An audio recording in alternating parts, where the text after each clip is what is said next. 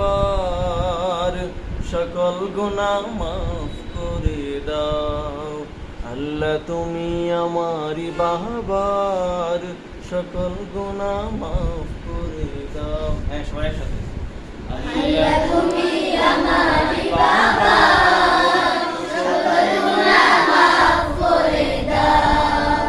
আল্লাহ তুমি আমারি বাবার সকল গুনাহ মাফ করে দাও। তোমার পাশে বাবাজিকে ঘর বানিয়ে দাও। তোমার পাশে বাবাজিকে ঘর বানিয়ে দাও। নবীজির ওই পাশে তাকে জায়গা করে দাও। আল্লাহ তুমি আমারি বাবার সকল গুনাহ মাফ